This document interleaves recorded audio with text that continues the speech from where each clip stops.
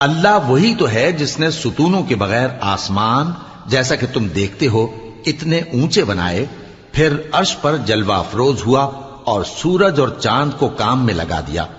ہر ایک میعاد معین تک گردش کر رہا ہے،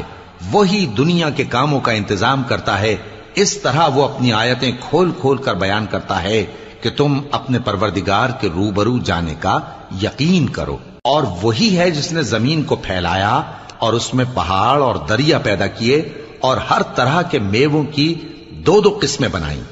وہی رات کو دن کا لباس پہناتا ہے۔ غور کرنے والوں کے لیے اس میں بہت سی نشانیاں ہیں۔ اور زمین میں کئی طرح کے قطعات ہیں ایک دوسرے سے ملے ہوئے، اور انگور کے باغ اور کھیتی اور کھجور کے درخت، بعض کی بہت سی شاخیں ہیں اور بعض کی اتنی نہیں ہوتی،